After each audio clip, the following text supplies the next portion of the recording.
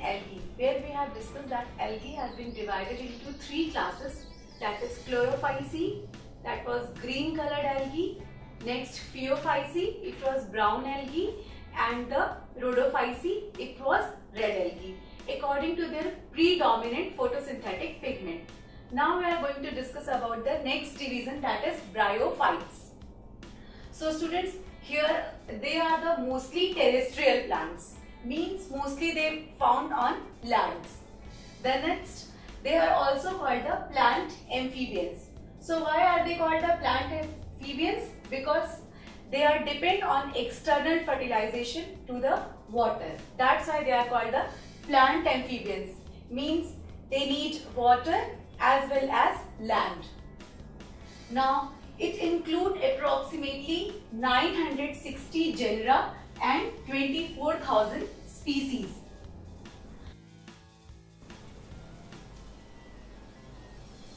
So students, if I talk about the roots, so in bryophytes, true roots are absent. As you can see in this picture, these are not the true roots. They are called the rhizoids. So they act as root, means they help into anchor the plant with roots. Other than this, they also work as root also. Like if you take the example of root, what is the actually quality of root? It helps to anchor the plant with soil, and another quality of roots, it absorbs the water and minerals from the soil. So same is happened in rhizoids. Rhizoids help to bryophytes to anchor with the soil, and it also helps in the absorption of soil and mineral. But there are many plant bryophytes, like if we take the example of liverworts. So here rhizoids will be unicellular. We can take the example of liverworts. As you can see the structure in Markensia, here rhizoids are unicellular. But there are mosses in which it can be multicellular. So here we can take the example of Funaria, that we will discuss in later in mosses. Now vascular tissues. So here vascular tissues are absent. Like what is the role of vascular tissue? So it helps in the transportation of water and minerals to the plant. So here what happens in bryophytes? I have written vascular tissues are absent. So the now question is, if vascular tissues are absent, so who will help in the transportation of water and minerals other than the food to for the transportation to the plants? So as vascular tissue is important for the taller plants, because there they need to reach the all the transport materials like water, minerals and food to the taller area. But because of that, here vascular tissues are absent, the plants do not grow very tall. So here rhizoids only help to absorb the water and minerals from the plant, and there are some small cells or thick walled cells are present which helps in the transportation of minerals to the plant. But if we talk about some mosses, so they have a conducting stream of a few thick walled cell is present. So these thick walled cells help to transportation of water and minerals to the plants in mosses. So students, here we have discussed about the structure and characteristics of the bryophytes. What we have seen, that they are mostly terrestrial plants. Next, they are also called the amphibians. Why? Because external here fertilization takes place only in water. So because of that, they need land as well as water for their life cycle. Here it includes approximately 960 genera and 24,000 species. Other than this, if we talk about the bryophytes, so they grow in shady and moist places like damp rock, logs, in hilly regions. So they grow these kind of places. Now there are many bryophytes who show little body differentiation, like leafy plant body, as we can take the example of mosses, here Funaria. So Funaria has a leafy plant body, here little bit of body differentiation takes place. But there are many examples where the body is thalloid, means there is no body differentiation. As we can take the example of Rhizia. Here you can see the body is thalloid and there is no any body differentiation. The next, true roots are absent. So here rhizoids are present and they play a role of roots. As there are, if we take the example of liverworts, so here rhizoids will be unicellular and they absorb the water and minerals from the soil and transport it into the plants. But if we take the example of mosses, here rhizoids will be multicellular. Other than this, here vascular tissues are absent. So because of that, the plants do not grow very tall. No more spending your energy and money on coaching classes or missing classes for rain, for rally and any other nonsense. Subjects covered by multiple teachers with repeat telecasts. Doubts, concepts, applications, no problem. All explained through great and significant animation. So sit back comfortably in your home and watch Study Spectrum TV channel.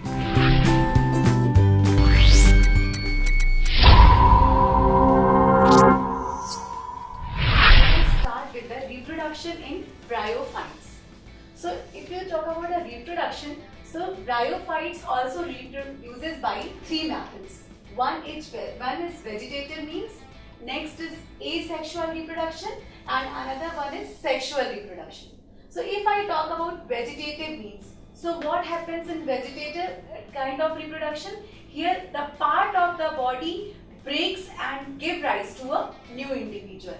So vegetative means will be a fragmentation, and here in bryophytes it happens with the help of gyma and tubers. So students, if you see the structure of Markensia,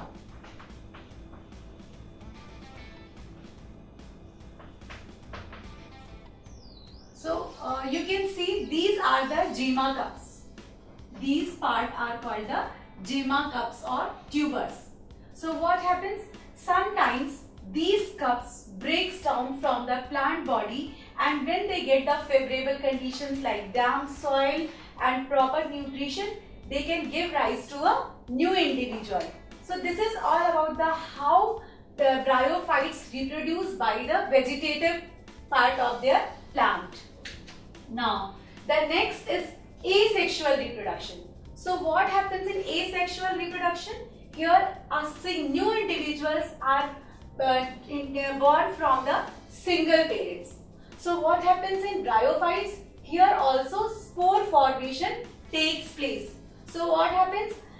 Spores are released from the, what happens? Spores are releases from the reproductive part of plant body. Reproductive part, and these spores will give rise to a new individual.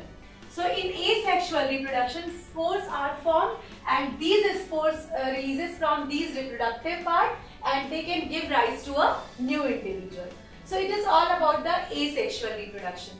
Now if I talk about the sexual reproduction, so what happens in sexual reproduction? Here fusion of male and female gamete will take place. So as if I talk about bryophytes, so bryophytes come in the category of cryptogamy, means there will be no seed formation. So because of that there will be no flower and no seeds. So how sexual reproduction will take place? So what happens, students? Here in bryophytes the plant body is called the gametophyte. So gameto means gamete. Phyte means plant. So here these gametophyte will release the gametes. As if you take the example of Markensia.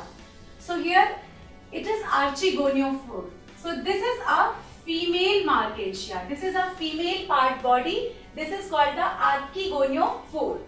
And here a male Markensia plant, here reproductive part is entheridiophore.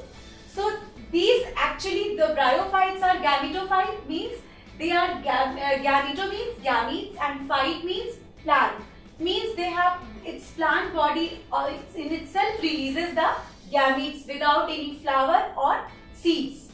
As we also know that these are the amphibians, it means for fertilization they need water. So what happens here? As if you see, the male gamete will be called the antherozoid. The male gamete will be motile and biflagellated. Biflagellated means two flagella will be present. And it will be motile and gametophyte releases in many numbers. And from where? The sex organ of this plant will be antheridium. The sex organ is antheridium. So this is about the male plant body. Now if I talk about the female plant body, so it is archegoniophore and it releases egg. The egg will be one and non-motile. So these are the gametes which releases from the sex organ of the plant. As it is a gametophyte, so plant will be haploid. Now what would happen?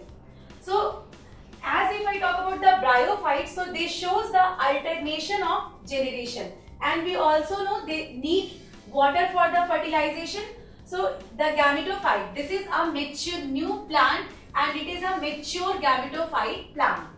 So the male part body will release the male gamete, and this male gamete has to reach the female gamete, as the female gamete is non-motile. So how this male gamete will reach to the female body? It can be reaches through a water. So they need a medium that will be water. So this male gamete will be reached to the female gamete. So the female gamete will be at the female gametophyte. So the reproduction always will take place at the female plant. Here reproduction will be takes place at the female plant body. So the male gamete through water will reach to the female part, and here they will be fused and form the zygote. This zygote will multicellularly divided and will form the sporophyte. So, and this sporophyte will be releases the spores, and this spores will again germinate to the new plant that will be a gametophyte, that will be a mature plant. So as I told you that bryophyte shows the alternation of generation. It means here half part of the plant body will be gametophyte and it will be haploid, green, and it will be independent phase. So the main mature plant body will be gametophyte and it will be haploid, green and independent. Now if I talk about the sporophytes, so the zygote will again multicellularly divided and will form the sporophyte. So if I talk about the sporophyte like zygote, what is zygote? Zygote will be a diploid stage. Why? Because they form with the fusion of male and female gamete. So because of that, what will happen? Zygote will be a diploid. As we all know that zygote is always a diploid stage. So this zygote will be again multicellularly divide and will form the sporophyte. So this sporophyte is a very short-lived period in bryophytes. So this will the sporophyte will be diploid, recessive and partially dependent on the gametophyte.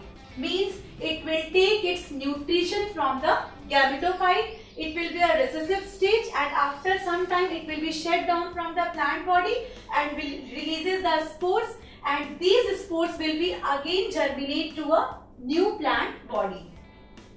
So it is all about the bryophytes life cycle. So because of that, this shows the alternation of generation, and this is a heteromorphic succession of alternation of generation. So here what we have seen, like bryophytes reproduces by three methods. Vegetative means by asexual reproduction and sexual reproduction. So what happens in vegetative means here a part of the plant body will breaks, and thus that procedure is called a fragmentation and will give rise to a new individual, and that part of plant body will be a gyma or tubers. So you can see this cup-like structure is called a gyma. Now, in asexual reproduction, it will releases the spores, and this spores will be form a new individual. So here only single parent body will participate in the process of reproduction, and they will form here spore formation will take place, and these spores will give rise to a new individual. But what happens in sexual reproduction? Here it can be happen, maybe both the reproductive part as male or female can be present on same plant, or it can be present on different plant. As we have taken the example of Markensia, here you can see that a female reproductive part is at separate plant and a male reproductive part is at the separate plant. So how the fusion will take place? Through medium of water. So what would happen? A male gamete, that is a motile biflagellated, through water will reach to the female part body, and there they will fuse and will form the zygote, and this zygote will again divide and will form the sporophyte, and this sporophyte will be diploid, recessive and partially dependent on the gametophyte, and after that this sporophyte will release the spores, and this spores will again germinate to the gametophyte mature plant that will be a haploid in nature. So this is all about the reproductive cycle in bryophytes.